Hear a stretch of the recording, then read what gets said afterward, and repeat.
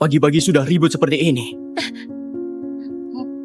Jenderal, pengantin baru masuk rumah beri salam pagi sebagai etika, tapi kakak enggan menemuiku. Malah suruh pelayan keluar untuk menghinaku. Fogo tidak terima demi aku. Jadi dia menegur pelayan. Jangan salahkan dia. Hara, Mega selalu jaga kedua anak, membantumu dalam segala hal, sedangkan kau terus mempersulit mereka. Tidak bisakah kau lebih besar hati? Besar hati? Baiklah, hari ini aku akan benar-benar besar hati. Apa maksudmu? Aku tanya kalian, hari ini kalian pilih Mega atau aku? Cuma boleh pilih satu. Ibu! Apa yang kau lakukan? Mereka ini darah dagingmu. Pilih saja. Aku ingin mempermalukannya. Malah dia jadi pusat perhatian. Tunggu. Siapa yang mengizinkanmu duduk di meja makan? Karena kau terlambat. Berdirilah. Harus berangkat sekarang. Nah, kurasa wanita buruk rupa ini sudah gila. Kali ini ke istana kau harus cari cara untuk menceraikannya. Ternyata ini cara jenderal membalas jasaku. Ih. Wah, nyonya aku jadi cantik. Nyonya kedua dan tuan muda datang. Ibu Mega, meski ibu menindasmu, kau masih datang beri salam pagi padanya. Hatimu sungguh terlalu baik. Ibu Mega cantik dan berhati mulia. Aku baru saja dapat selai ikan terbaik. Aku buatkan kau dan adikmu pakaian berkuda. Saat memakainya ke akademi nanti, pasti terlihat gagah. Baik, Ibu Mega, kau sangat baik pada aku. Nyonya kedua ini, pengantin baru sudah datang menyapa pagi. Dia juga membawa tuan muda Donana kemari, padahal mereka bukan anak kandungnya. Beritahu mereka, aku belum bangun. Suruh mereka pergi dulu. Baik.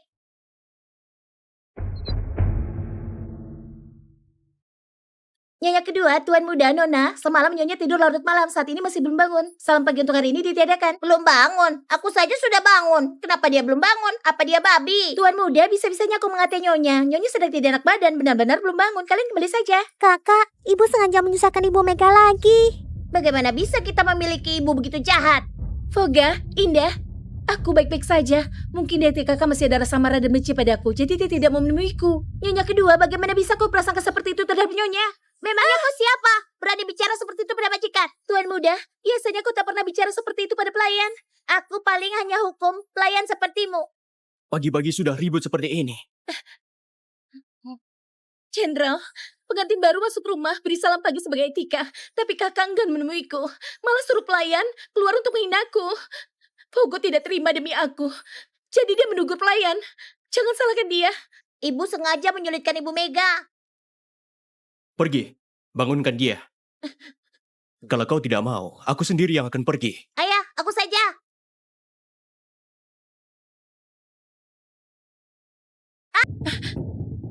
Pagi.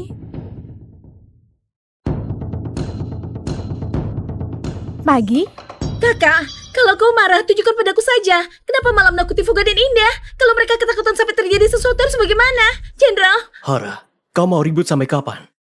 Si tidak tahu terima kasih ini memukulmu lagi. Nyonya, aku baik-baik saja. Hara, aku sedang tanya padamu. Aku kenapa lagi? Aku hanya pakai salep pemberian adik untuk menghilangkan bekas luka. Tidak ingin sia-siakan ketulusannya. Jadi aku pakai lebih banyak. Bodoh. Masih berharap wajahmu sembuh. Setelah ini, takutnya seluruh wajahmu malah akan membusuk. Tapi cara pakai seperti ini, aku belum pernah melihatnya. Kenapa? Jenderal dan adik merasa sayang karena aku terlalu banyak pakai. Tidak banyak. Kalau kakak suka, aku akan suruh orang antarkan yang baru. Ibu, lihatlah Ibu Mega sangat baik padamu. Sedangkan kau hanya tahu menyusahkan setiap hari. Tidak heran semua orang mengataimu. Wanita jahat, punya ibu seperti kau. Aku benar-benar sial. Ibu Mega baik, ibu jahat. Foga, Indah, bicara apa kalian? Baiklah, jadikan dia ibu kalian. Aku anggap tidak pernah melahirkan kalian. Kakak, apa maksud ucapanmu? Kalau kau tidak suka, aku tidak akan berhubungan dengan anak-anak lagi. Jangan, kami ingin bersama Ibu Mega. Hara, Mega selalu jaga kedua anak, membantumu dalam segala hal, sedangkan kau terus mempersulit mereka. Tidak bisakah kau lebih besar hati? Besar hati? Baiklah, hari ini aku akan benar-benar besar hati. Apa maksudmu? Aku tanya kalian, hari ini kalian pilih Mega atau aku? Cuma boleh pilih satu. Ibu, Apa yang kau lakukan? Mereka ini darah dagingmu. Pilih saja. aku tidak mau ibu. Aku mau Ibu Mega. Baiklah, aku turuti. Kelak jangan panggil aku ibu. Wanita jelek ini tampaknya salah obat. Dua anak ini segalanya baginya.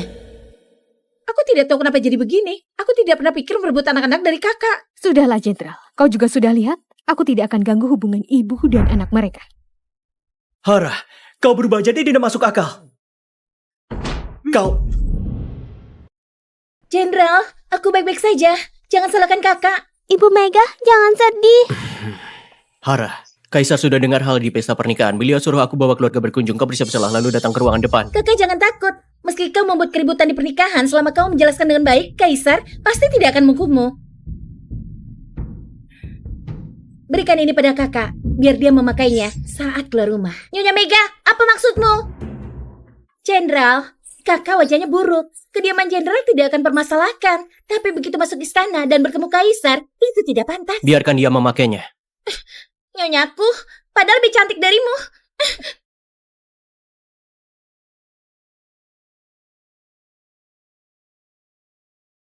Masih saja bersedih untuk pria itu.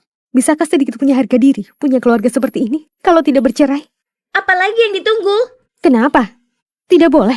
Tapi kau begitu cinta jenderal. Bagaimana dengan Fogo dan Indah? Mulai hari ini, aku bukan lagi istri jenderal. Aku hanya Hara. Setelah nyaris mati, semuanya jadi lebih jelas. Yang meninggalkanku, biarlah pergi. Gadis bodoh, kenapa kau menangis? Aku hanya merasa sedih untuk Nyonya. Kau menikah dengan keluarga Luno tapi tidak pernah menikmati kebahagiaan. Dulu meskipun sederhana, setidaknya seluruh keluarga akur. Tapi sejak Nyonya Mega datang, semuanya berubah. Kau juga dipaksa. Bukan karena dia datang semuanya berubah, hati manusia mudah berubah, keindahan memudar, cinta pun lenyap karena jenderal benci padaku. Kalaupun bukan Mega, akan ada Mega lainnya. Karena pemilik tubuh ini tidak mau jadi istri jenderal lagi. Jadi pernikahan ini bagaimanapun caranya aku akan membantunya bercerai. Lalu Nyonya soal pemulihan wajahmu. Kalau Mega kirim salep baru lagi, terima saja dulu. Baik. Mana dia? Bahkan makan saja harus ditunggu. Benar-benar tidak menganggapku sebagai ibu bertuanya lagi. Ibu, jangan marah pada kakak. Mega masih lebih cocok dengan hatiku. Tidak seperti Hara si udik itu, tanpa bakat, tanpa kebajikan, dan wajahnya seperti iblis malam. Kalau dia masuk istana dan bertemu Kaisar. Ibu, aku datang terlambat. Aku ingin mempermalukannya. Malah dia jadi pusat perhatian. Tunggu. Siapa yang mengizinkanmu duduk di meja makan? Karena kau terlambat. Berdirilah. Layani makan. Aku pikir, tunggu aku makan. Ternyata tunggu aku layani orang. Bukannya kau punya menantu baru, kenapa tidak suruh dia? Berani sekali kau. Belum giliran suami makan. Pematuran tidak. Pergi sana. Hara, Apa si tua ini begini caranya menindas pemilik tubuh ini? Chandra diam saja melihatnya. Apa lihat-lihat? Ah? Apa aku tidak boleh mengaturmu? Aku ingin makan tahu putih itu. Ambilkan untukku. Tampaknya hari ini tidak akan makan. Hara, Semuanya jangan makan. Hara!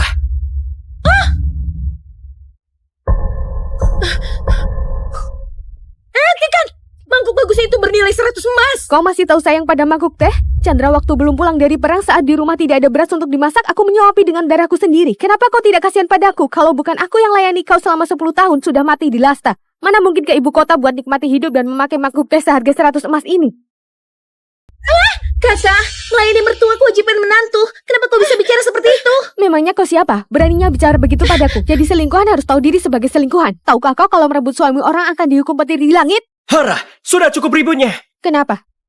Jenderal Balvin ingin memukulku? Chandra, saat kau belum pulang dari perang, saat keluarga dalam kondisi paling sulit, takut ibumu dan anak-anak kelaparan, bahkan belum selesai masa nifas harus angkut karung di pelabuhan demi beras. Semangkuk bubur putih ibumu meminumnya dalam satu tegukan besar, menyisakan hanya satu tegukan untukku. Kenapa? Buburku itu ternyata diberikan untuk anjing. Hara, aku tahu aku telah bersalah padamu. Kenapa? Kau ingin lakukan apa untuk menebusnya?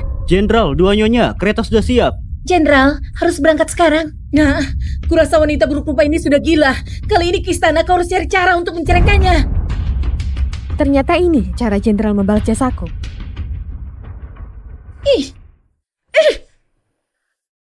Hormat kepada Kaisar.